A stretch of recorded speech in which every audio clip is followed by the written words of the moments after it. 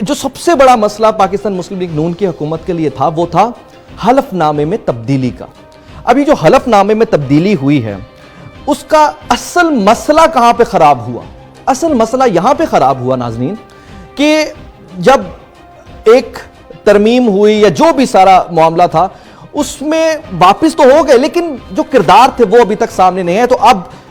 Court کی جانب سے اسلام آباد ہائی کورٹ نے کہا ہے کہ اس رپورٹ راجہ ظفر الحق صاحب کی رپورٹ کو پبلک کیا جائے. اب اس کی پبلک ہونے کے بعد نون لیگ پر مزید کیا آفتان ٹوٹے گی یہ تو ابھی وقت بتائے گا. لیکن ہمارے ساتھ اشرف جلالی صاحب موجود ہیں،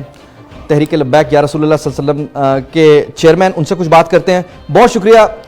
مولانا صاحب آپ کے وقت کا. آپ مجھے یہ بتائیے گا آج جسٹس عظمت شیخ سعید صاحب کا یہ جو حکم نامہ سامنے آیا ہے کہ راجہ ظفر الحق صاحب کی رپورٹ کو پبلک کیا جائے، آپ کو کیا لگتا ہے کہ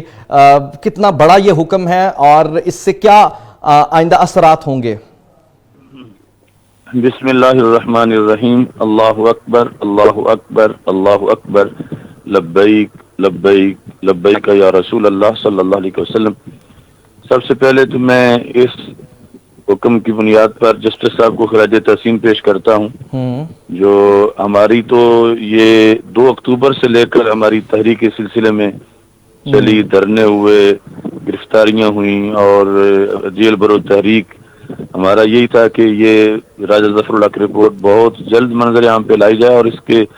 جو کردار ہیں ان کی کیٹیگریز پر بھی ہم نے فتویٰ دیا تھا کہ کیسی کتنی ان کی سزا ہے اور ان کو سزا دی جائے. اب جس وقت الیکشن جو ہیں وہ بالکل ہونے کو ہیں تو اس رپورٹ کے اندر جن لوگوں کا بنیادی کردار ہے اور بالخصوص وہ 34 لوگ، ان پر تو پابندی لگنی چاہیے تھی کہ وہ الیکشن میں حصہ نہ لیں بلکہ ان کو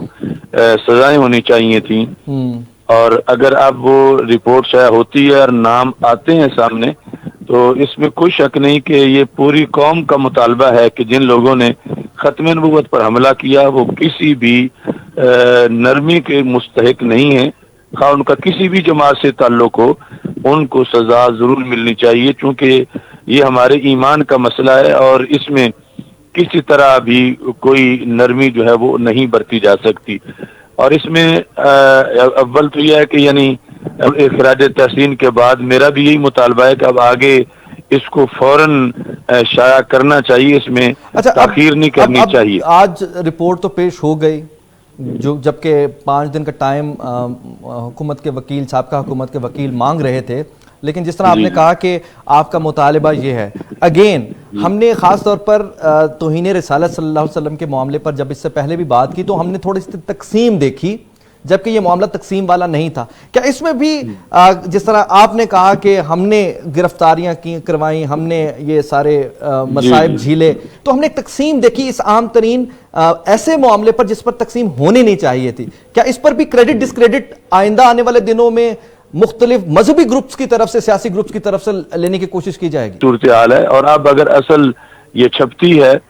تو اس کے بعد ہم تو بڑی یعنی شدت کے ساتھ یہ تحریک پھر نئے سرے سے شروع کریں گے کہ وہ لوگ جو ہیں ہم بالکل ان کو الیکشن میں حصہ نہیں لینے دیں گے اور ہمارا مطالبہ ہوگا کہ جو شرعی سزا ہے ان کو وہ فوری طور پر وہ سزا دی جائے. اچھا، آپ کے اس مطالبے میں